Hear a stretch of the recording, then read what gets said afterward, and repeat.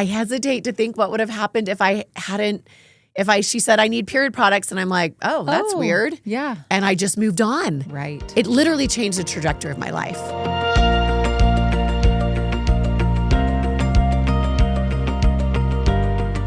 Welcome back to Return and Rise. My name is Jane Clayton, Executive Director of this amazing nonprofit that is going to help you return to work and find your passions and ways to give back to the community. Today, we are with Kristin Andrus, who is one of my dearest friends. Thank you so much for being here with me. I'm so happy to be here. This is going to be a fun conversation. We really have known each other for 15 plus years. It's been a long time.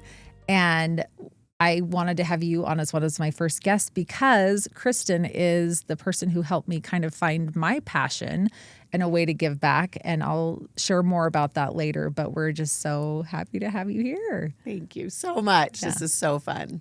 So fun. Let me just share for maybe the two of you that don't know who Kristin Andrus is. Let me introduce her.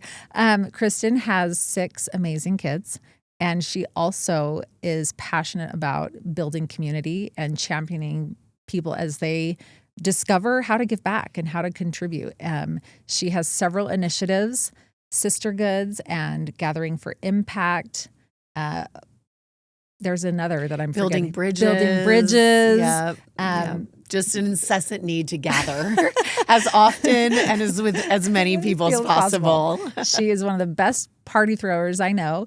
And she also is on multiple boards and gives and gives and gives. She has more energy than anyone I know, and she uses it in the best possible ways. And I just love her dearly. Thank you, Jane. Yeah. And by the way, Jane is everything I am not. And so she has so many qualities that I admire. And I use her as an example when I speak so often because we all have different talents. And some of Jane's are ones that I have admired, and they're harder for me. So it's fun to see how we complement each other in our friendship. Thanks.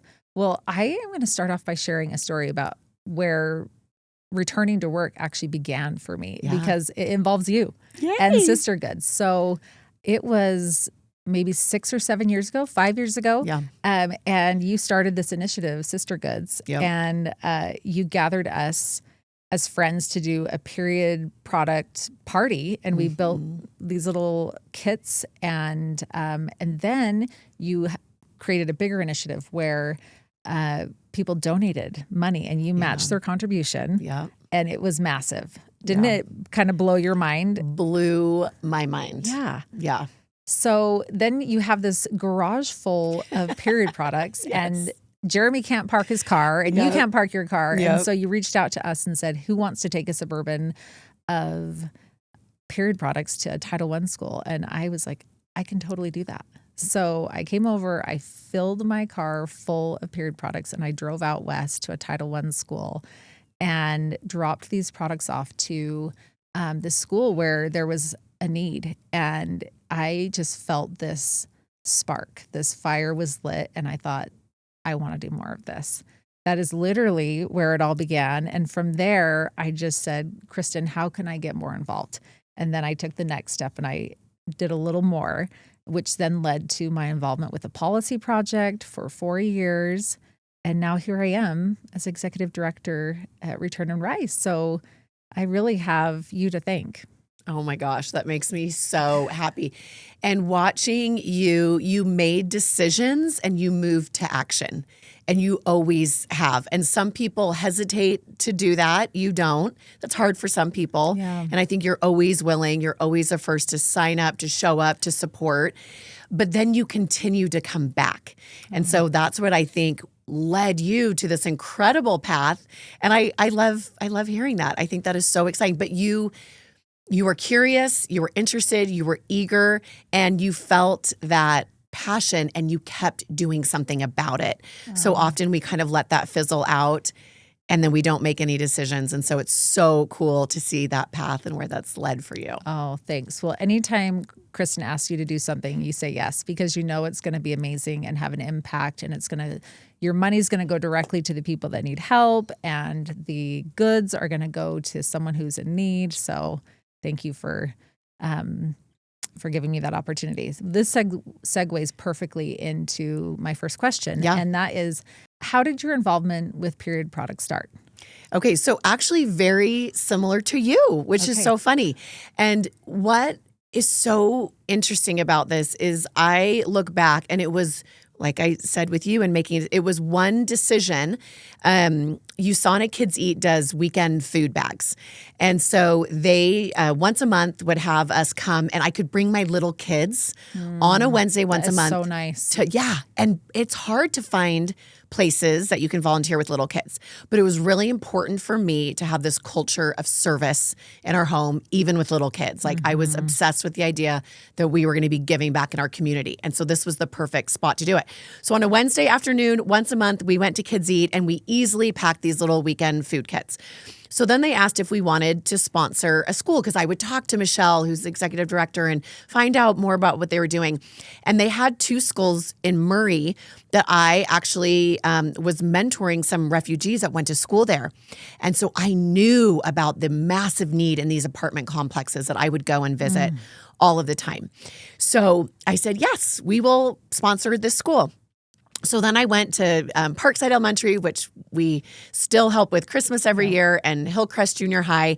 And it was exactly 5 years ago, Jane, probably like next week. Wow. Which is when this all happened. And so I can never leave good enough alone, kind of like you. And so I get to the school and I say, what can I do? I know that you're doing these weekend food bags. I know you have a lot of need. And she said, we need Thanksgiving turkeys.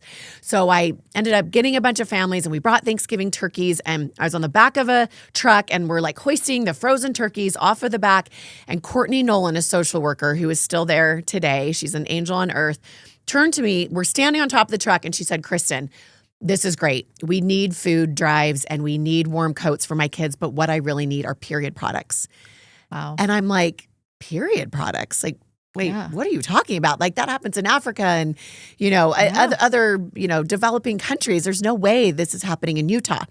So I called my friend Emily, Emily Bell McCormick, and she had been working on the tampon tax. And she goes, oh no, this is like period poverty is a real thing here in Utah. Yeah. So as you noted, I went online, raised literally $5 at a time, $35,000. We matched it. We bought out every Costco, every Walmart, every Sam's Club, filled my garage, as you mentioned. Families went. You came multiple times to deliver. And what was so neat is these families, just like you, would come and then they would ask the schools, what more do you need? What's going on? I remember you in particular coming back and saying, they need dental kits. They need this. So we learned so much about these schools. Once again, I couldn't leave good enough alone, and I was just curious and eager to do more. And so I reached out to the Utah Food Bank. To make a long story short, Sister Goods was created, and I didn't have to store these period products in my garage anymore. For everyone. Yeah, exactly. And they came back and said, this is the biggest request once they sent out a survey we've ever had in the history of the Utah Food Bank for any product we've ever tried to place.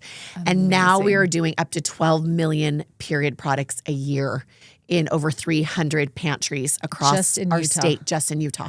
Wow. So literally, I will tell you, showing up, at a Wednesday afternoon school packing kit because I was curious, interested, and wanted to do a little bit more, led to then, Emily and I and you and a group of us came together and were able to accomplish the Utah Period Project and get now all of our kids in schools have access to period products. And so, literally not leaving good enough alone and just staying at it, caring about something a little bit more than yourself and pushing and asking and helping can lead to incredible things. And by the way, it's not about money. Right. It really is about that contribution and using, whether it's a platform, it could be resources, strengths that you have to make the world just a little bit better. I hesitate to think what would have happened if she said, I need period products. And I'm like, oh, that's weird. Yeah. And I just moved on. Right. It literally changed the trajectory of my life. Wow. That's and incredible. Yours. And a lot of girls. And a lot of girls. Incredible. We've seen as we've gone across the state that it really has impacted even my daughter's friends who you'd think like, oh, they don't need period products. They do. They needed that in their class. Well, this is amazing. So as you've watched people take these first steps and then build on that, my next question would be, how do you figure out what your thing is? How did you figure out that that you were passionate about period products? Yeah. What would you share with someone listening today about how to discover how to give or where they want to contribute? Yeah. So what I will say that may surprise many people or not is that I wasn't passionate about period products. Yeah. I look at even, Jeremy, we've sold Skull Candy headphones, we've sold Traeger Girls. We love them all, but we're kind of obsessed with the journey of it all, right? It's not always the product or the periods was something that was needed. I felt like I was uniquely, I was a woman. I had an online community of women, so that made sense. But I wouldn't say that, period poverty was something that I was seeking out. What I would say is I am very curious. I'm listening. I ask a lot of questions. And when someone opens up, whether it's a school counselor that you're talking to, or you hear from your kids in a high school that, oh my gosh, we have a bigger Hispanic population than I would have known. I wonder, we could help with these things. Or I have a family member that's LGBTQ, or I was raised by a single mom. Like there's things that uniquely can come up in your life that kind of cause you to question, not question, but to like ask more questions and to say like, how can I help make my little part of the world a little bit better? It can start just by being on an email list of nonprofits. It can start, we're all on social media, probably a little bit too much. Follow more nonprofits or different things that you're I'm thinking about your kids' school. Like just start in one of your kids' schools and see what the need is there and start with that contribution. And as you do that, it can build on and build into something else where you're willing to work outside of the home, or you're like, wait, this is really feeding the fire within, and my contribution can be here and it can be here, multiple places. Absolutely. And I feel like a lot of us, you and I, and maybe a lot of women listening, are kind of in this second season of life. Your kids are maybe all in school. Your kids are maybe all starting to leave the home. Maybe your kids are out of the home.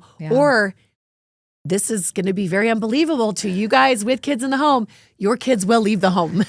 Your kids, if not today, it will be soon. All be in school. Yes. And what I find with tens of thousands of women that I have the incredible opportunity to hear from on in my Instagram community is, oh my gosh, there were books about toddler tantrums and sleeping through the night. But where is all the information about this second season of life, which I'm actually going to be in for longer than my child rearing years? Oh my gosh, all my kids are in school, and that was my purpose for a long time. But I now need to work. I want to work. I want to contribute. I'm, caring for elderly parents, or I saw something in a school or an injustice in the world that I'm very concerned about or interested in, curious about. And I would say it's really about making decisions to engage. I find that as we get a little bit older and we get in the second season of life, there aren't the play dates. Maybe there's not as much socialization even in our career or in work with working from home or other situations. And so what I'm hearing is that a lot of us are contracting. We're going a little bit smaller, right? It's harder to talk about big kid problems. Our world is getting smaller. Our world's getting smaller. The things we talked about when we had toddlers, we can't share because we have teenagers with actual big problems. Exactly. Adult children. Right. They're real people. We can't. And so our world gets smaller. I would say with the loneliness epidemic, we maybe stay home and scroll, or we choose not to go out. And so I really am so enthusiastic about the idea of women expanding. and expanding in contribution. And in this second season of life, it could be that you're caretaking for elderly parents. It could be that you have a special needs child. It could be 100 different things. But we have learned so much. We have gone through so much as we're raising kids, as we're in a career, as maybe we've taken a break from a career, that now we are able to contribute. We can take that fluid intelligence into crystallized intelligence and use everything that we have been through, right? All of the learnings, all of the wisdom. Experience and wisdom. To finally be able to give back. And I think as women, as we look outside of ourselves, like you said, that is where the joy, that is where the richness in life is. And by the way, yes, that is work, right? Yes, that is contribution. Maybe it's volunteering in your community. It's going to look different for all of us. Yeah. And I really hope it does. Because if you're looking at your neighbor and the way that she's doing it, or your sister and the way she's doing it, you talk about this a lot, but we all uniquely contribute in a very different way. Yes. And I really hope we do. Because Jane, the way you contribute is completely different than the way I do. Right. But without you and your talents and skills and love and compassion, our world would be a lot lonelier. And I don't know what it would be without me, less parties or something. But truthfully, it would be lonelier for sure. We wouldn't. And I think that we really raise the bar of who we are. We really rise to being the best we can be when we focus on our unique skills, our unique passions. And passions, by the way, I just spoke to a group of 150 women. And I said, what are your passions? And we spent 20 minutes. And by the way, half of the women looked around the table and they said, I don't know. Yeah. I don't know what my passions are. Right. I've been raising kids. And so I loved some of these older women said, if you had 3 hours, how would you spend that time? If you had one issue that you could help just a little bit in the world, what would that be? And some of these women took some time to write notes, and maybe finding your passion is finding your passion over the next few years. Exactly. And something I want to add to that is that when you're talking about what your contribution is, a lot of us women need to see an example. We need to see someone else doing it. And then we think, well, maybe I could do that. Maybe I could do something like that, but not exactly like that. But I have someone modeling it for me, and I can look at them and think, I might be able to do that. So I'm thinking about someone who is probably watching you, has followed you on Instagram, and they're thinking, I want to do this, but I'm scared out of my mind because I don't know what my passion is. I don't know what I have to contribute. I don't believe in my skills. I'm unsure.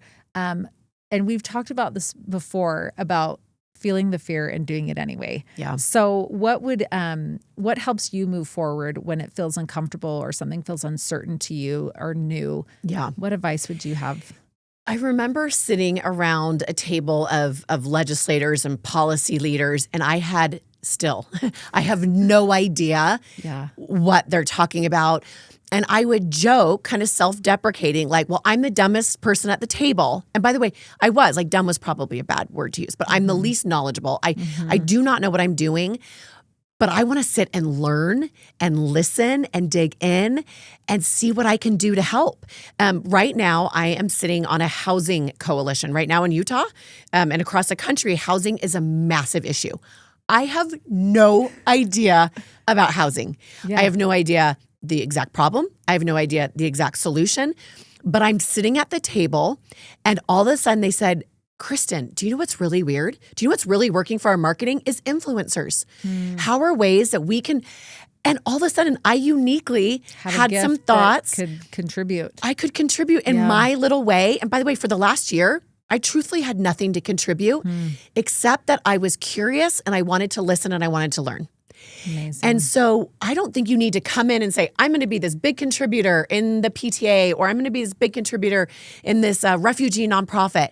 Go to listen, and to learn, and bring the cookies, right? Stay to clean up. Bring your kids to pick up the garbage at the end. I think it's really making a decision just to show up. And I think that just showing up will then, and we talked about, it opens up these doors, and the listening and the learning opens up these doors that most likely, just like you with Sister Goods, you won't end up there, right? Where let's say you show up, you sign up to go to this, whether it's a class or it's something else, it's a service project.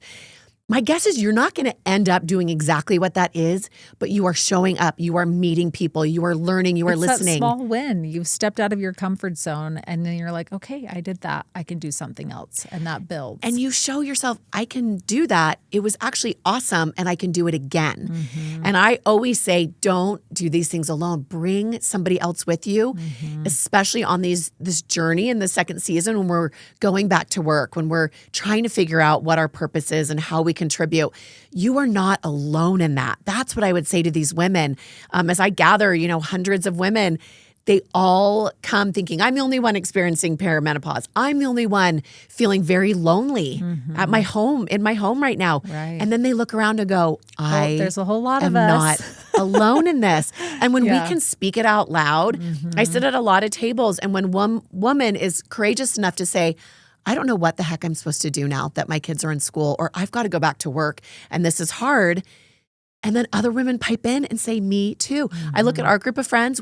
Most of our friends work in some capacity. Absolutely. By choice or because they need to, but most of us work. But the more we talk about it, the more we can say, this is hard. This is what I found. We learn from each other. And those small wins add up. It's the mini habits. It's just doing the little things. And, I often say as people come today, I have a big service project.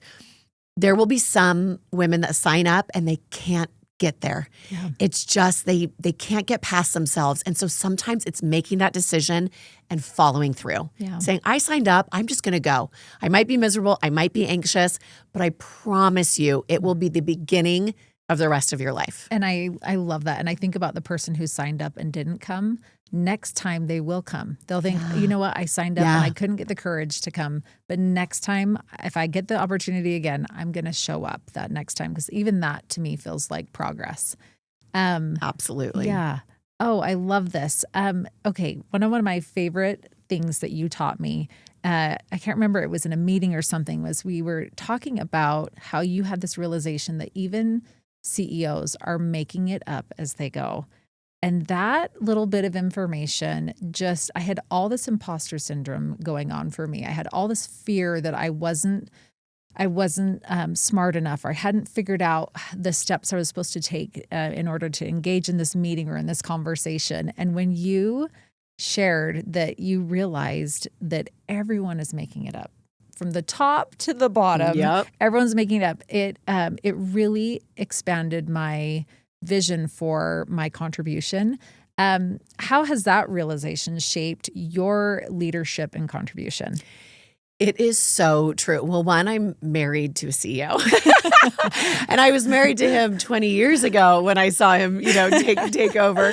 And I do meet with and know a lot of kind of that, high powered, whether it's in business or in leadership in our state. Politics. All of those people. And they're just humans. Yeah. They literally are just making it up. When I look at you step into a new role, you step into a new way that you contribute, you haven't done it before. And I think women sometimes don't. What I always say is everything that you have done will work towards the good. That empowerment, you could write this down because it's so true. Empowerment does not confine itself to categories. So as you are empowered as a mother, as you are I think empowered. You need to say that again. Okay. Empowerment does not confine itself to categories. I love that. So you can find empowerment in the home, in a church calling, in jobs that you've done, through college or through younger years. But we can be empowered in many different categories, which can then lead us to totally not be ready for the next step. But we are empowered enough that we can make it up just like everybody else to know, I don't know what I'm doing, but I care about this. I'm going to try. And by the way, I'm probably going to fail. Yeah. And I'm probably going to pivot. And this is probably going to look totally different from where I started. But you look at any business, you look at any leader, that is the that is what a good leader is to say, I don't know exactly what I'm doing, but I'm going to empower you to come with me and we're going to do this. But I mean, just speaking from experience, looking at whether it be my parents, looking at my immediate family, leaders I know, they do not know what they're doing. Perfect example of any crisis that happens. Yeah. These crises, this is COVID. I mean, everything that's been happening in our country, none of our leaders are prepared for this. They are literally making up what they're doing, whether it's the right reaction or not. That is a whole nother podcast. We won't get into it. But that has given me the permission. And by the way, it's given me the permission to then go and do that myself, like with housing, like with all of these funny things that I'm working on. I don't know, but I am curious and I do want to learn. And so that is what gives me the empowerment, gives me the permission. And what I wanted to say about permission is I remember sitting on a flight. I don't even know where I was going. And I was thinking about Instagram, and this is quite a few years ago. And social media is very tricky. There's a lot of good and there's a lot of bad. Mm-hmm. And I remember thinking, do I, literally kind of asking a higher power, do I need to be doing this? Should I be doing this? And I got such a clear answer. And whether you believe in God or not is besides the point. But the answer that I received so directly was, you need to live brave and bold so that you give other women the permission to live brave and bold in their own way. And you have done that. I mean, you've done it for me.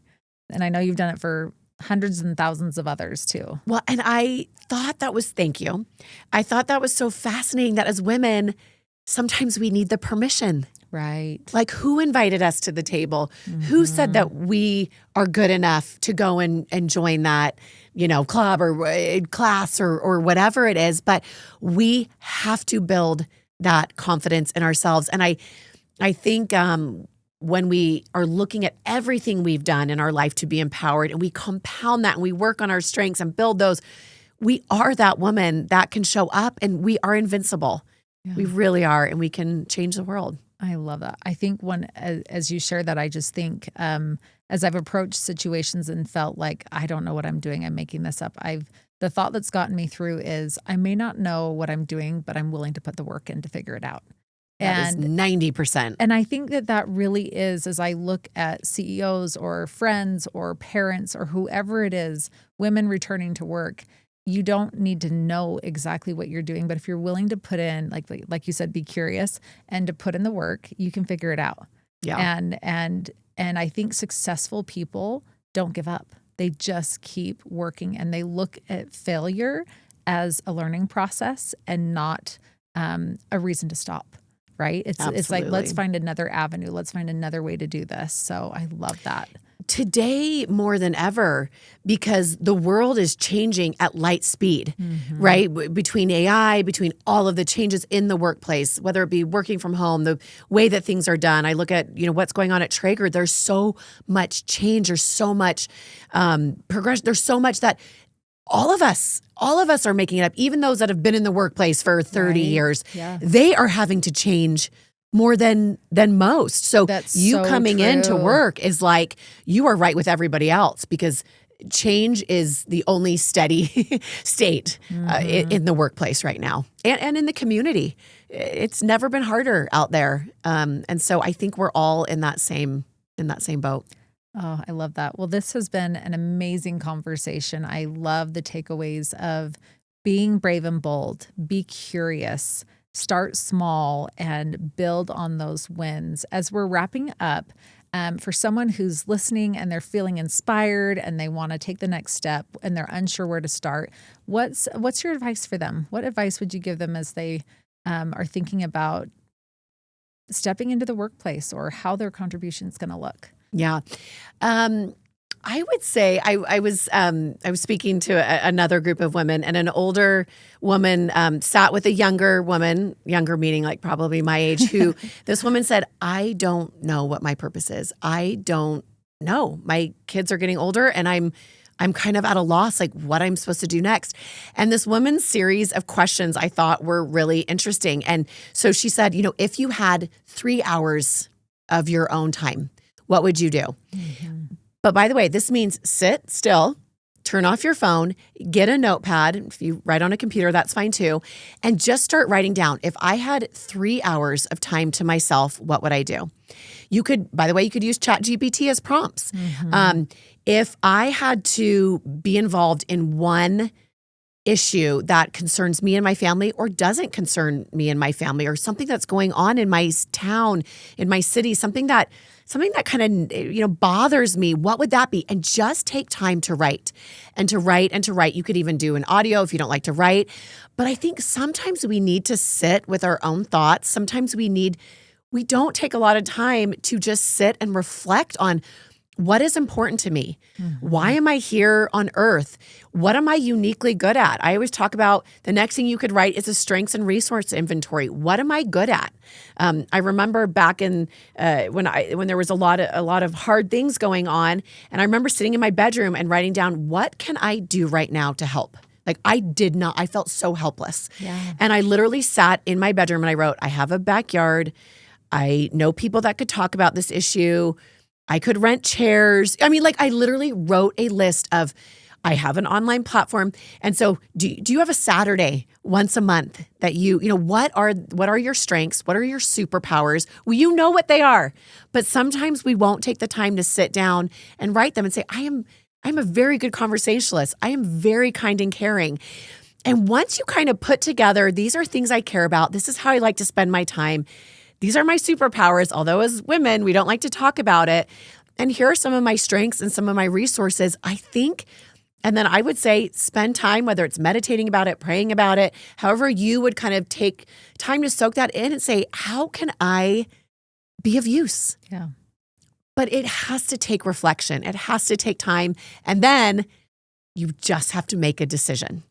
Go and sign up. And do one small thing. Do one small thing.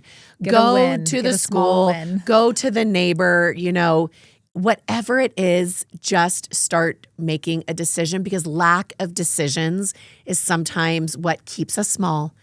Or wake up every day and say, I'm going to expand. And how am I going to expand? Look through that list and choose one way. That. Maybe it's even making your bed, start small, or calling a friend, calling your mom.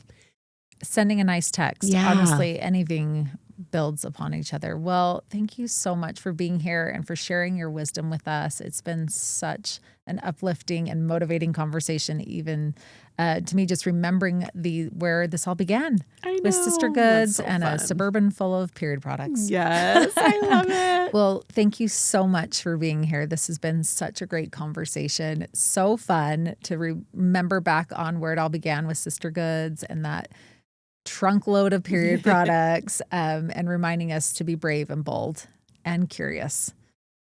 If this conversation lit a spark in you, come to our website, returnandrise.com. We would love to have you join our class that's starting in January, and hope you have an amazing rest of your day.